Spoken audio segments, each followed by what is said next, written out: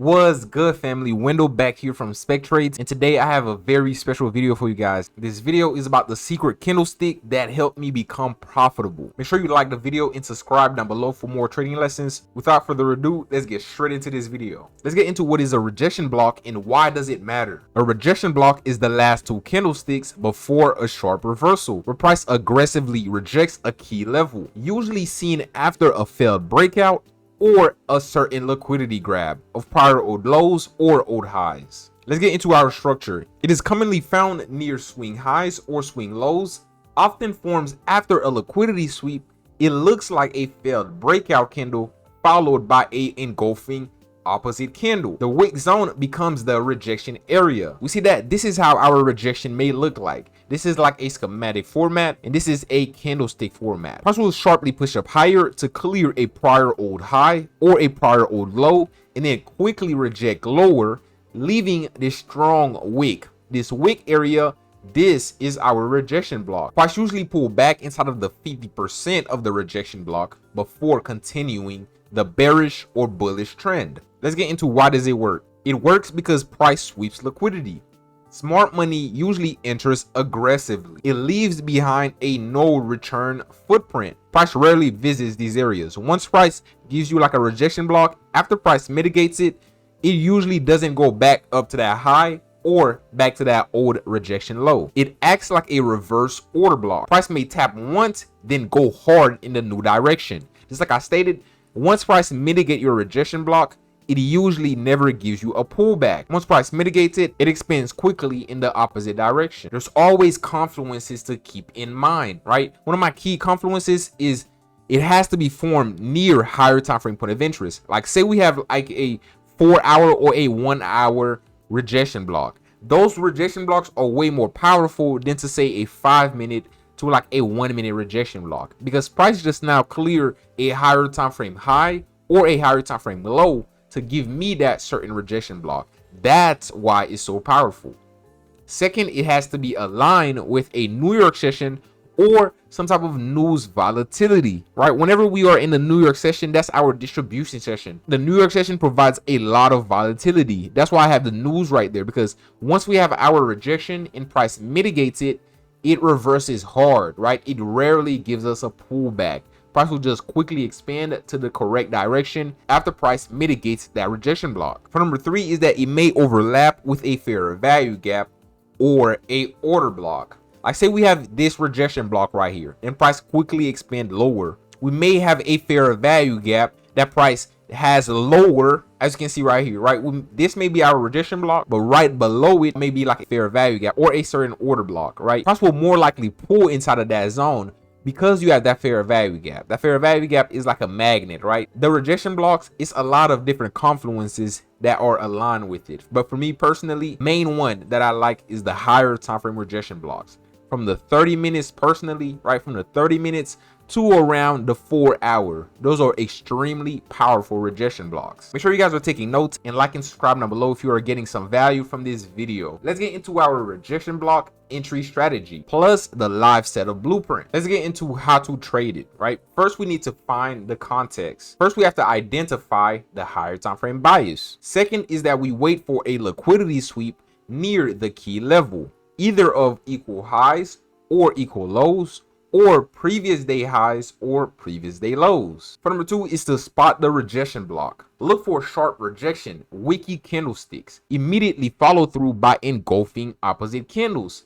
Mark the wick zone of the rejection candles. Those right there are the rejection block. As you can see in this chart schematic, price push down lower and mitigate this 30-minute demand level to then quickly extend higher to give us a break of structure, right? But during this dealing range, price left this internal range low near, like I stated, the wicky area, the wicky candlestick, the last rejection candle. This is called our rejection block. Price will either come back to the open or the 50%. For me personally, I place my entry at the open and stop loss always at the old lows, and I target the prior high that pushed down lower to mitigate the rejection block. Our entry is on the return to the wick zone, like I stated.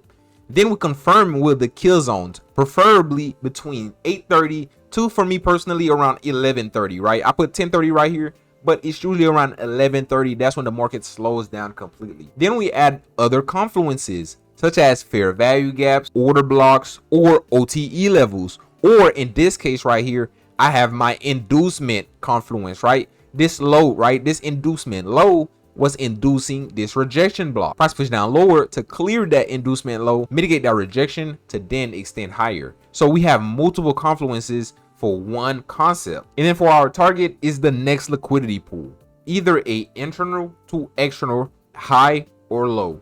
Then we'll trail beyond the first structure break. So as soon as we get this first internal range structure, then we can bring our stop loss to break even. And as we get more internal range structure breaks, right, we raise, right, we bring that stop loss higher and higher until we clear old highs. And last but not least is our risk management. Our stop loss is just beyond the wick, right? We also reduce the size if rejecting near higher time frame imbalances. But all in all, this is our rejection block entry strategy. This is the full trading plan, right? If you follow this and you look for the rejection blocks and you mark them out and you wait patiently, like these rejection blocks provide one of the most powerful trades. Let's hop on the charts and see exactly how we can execute this rejection block live in action. And now we're in our charts. I'm going to show you exactly how we can execute the rejection block. The rejection block is one of the most powerful PD arrays. The first thing we usually do is just figure out exactly where we came from so we can know where we're going, right? So we see that price had pushed down lower and mitigate this fair value gap to then extend higher and give us a breakup structure of this old high right here. Then on that pullback, price left this inducement low, leaving this order block, right? All of this was unmitigated. Price to mitigate this fair value gap. Whenever we say something is unmitigated, it's just price hasn't used it yet, right? You see this recent fair value gap, price mitigated it, so it's done. This other one, price mitigated it, so it's done. This right here, price cleared it, right? So it's done. But this order block right here, it was in a deep demand zone, right? It was unmitigated. So we see that price push down lower and rejected from this order block right here, leaving this strong candlestick. This right here becomes our rejection block. And the thing that makes this extremely powerful, like I stated before, one of our confluences that I love is the inducement low. The main reason for the inducement low is that it's like a sort of trick, right? Like, why did price come like near the wick and give us this low? Like, why didn't it just come lower to tap into which isn't rally higher, right? Like, look at this right here. It came and just give us this low right here. Like, why did it do that, right? The main reason is that it's inducing this rejection block, right? So this is our inducement low right here. So price push down lower, clear this old low, right? Mitigate this zone to then extend higher. A lot of people may be like, isn't this a rejection block also? Like, why didn't this one hold? The main reason, like the criteria for a rejection block I stated before, is that it has to give a liquidity sweep of a prior old high or a prior old low. That's the first criteria. Like, what liquidity sweep did this wick gave, right? It didn't give no liquidity sweep. It was just used to mitigate this fair value gap in this breaker, right? But this wick right here, it cleared this low and mitigate this order block. That's why this one is a rejection block. Now let's get down to the 5 minutes time frames so we can see this 5-minute breakup structure, right? Now on the 5 minutes time frames, we see that price, all we're looking for after we get our wick, you need to see a internal range high, right? Like right here, you see no internal range highs, none until we reach here. We see this swing high. We had one lower high, one higher high, and then another lower high. So this right here was our market structure shift. Once price breaks through this high right here, right, we have a new dealing range from the old low to this old high right here. This is kind of like how we find our ranges, right? Like, this is our rejection block. This was the inducement low, and this was our range. Another thing, like I stated before, is that we could add OTE levels, right? Grab our Fibonacci from the low to the high, as you can see for this range right here, and just grab our OTE, and you can see, right, the 0.79 aligns right at the open of this 1 hour rejection block, right? So this is a high level. But let's get back up to the 15-minute time frames to see this right here. Like I stated before, right, it's two ways you could take this entry, right? If you were just like a swing trader, right, and you just want to just take the trade, you could just place your entry right at the open. But just know that this way right here, you will have a big stop loss, right? So you're gonna have to endure a little bit of drawdown, So this is just like the swing way. You just use the 1 hour rejection block, right? So as wherever, like whatever time frame you see the rejection block, say on the 1 hour, the 4 hour, or the 30 minutes, or sometimes the 15 minutes, if it's like a good solid liquidity sweep rejection block, right? If it's solid, then yes. If it's not, then walk away from it. But as you can see, price left this old low right here. So if you just want to take the swing trade, this is just perfect, right? And you're just attacking this old high right here because this trade been confirmed. It mitigated this old zone right here. Then we get a lower time frame market structure shift. Then we get a rejection block right here and a inducement low. All we're looking for is for price to pull back lower, clear this low, mitigate the rejection to then pull back higher. This is like a swing trade, right? As you can see, price quickly pushing out lower, clear that low, mitigate the rejection. Now we want to attack this prior buy side liquidity high. Perfect, right? Just a quick solid extension. But what if, right, you want like just a more minimalized entry, more confirmed entry, right? And like you don't want to wait, like risk all your profits. Another thing that we can do is wait for the confirmation entry. The confirmation entry is personally my favorite entry. That's kind of like how I like to trade, just because I have like a lot of profit rooms now, and I kind of like don't like to take the risk entry just because I like to have just a smaller stop loss, right? Just a smaller stop loss. Let's go down to the 15-minute time frames. On the 15-minute time frames, one thing that I usually look for is that once price comes inside of my zone, right? Two things you can do, right? Two things you can do once price steps outside of your zone. You either can wait for a liquidity sweep, as you can see right here. Price can either give you a liquidity sweep to then extend higher, and then give you on that pullback, you take this entry, like this is this one right here, right? This is this confirmation entry right here. It's the exact same one. Perfect, right? Or you may have a failure swing model, right? Where price may pull back lower, give you a failure swing of the old lows, right? Give you that liquidity sweep and then extend higher. So price clears this low, give you this failure swing right here. Then on this right here, price pull back and use this. But this instant right here, right? The reversal that we got was the liquidity sweep. Price push down lower, clear this 1 hour inducement low, mitigate this 1 hour rejection to then extend higher and give us this market structure shift. So on that pullback, that's exactly where you take your trade. If you want to like a confirmation entry, I'll say this is how exactly you take your trade. You just grab your entry at the breaker, right? The recent breaker, as you can see right here, just grab this box because this was the last bullish candle that did that move, and you could give yourself a nice room. For me personally, the old lows, right, always keep you safe, and you're targeting the same prior highs like before. Prior highs up here perfectly, right?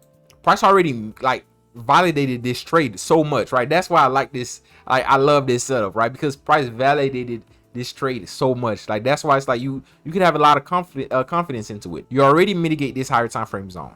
Price already extend higher to give us this breakup structure. Price already pull back to clear this old low and tap inside of this 1 hour rejection.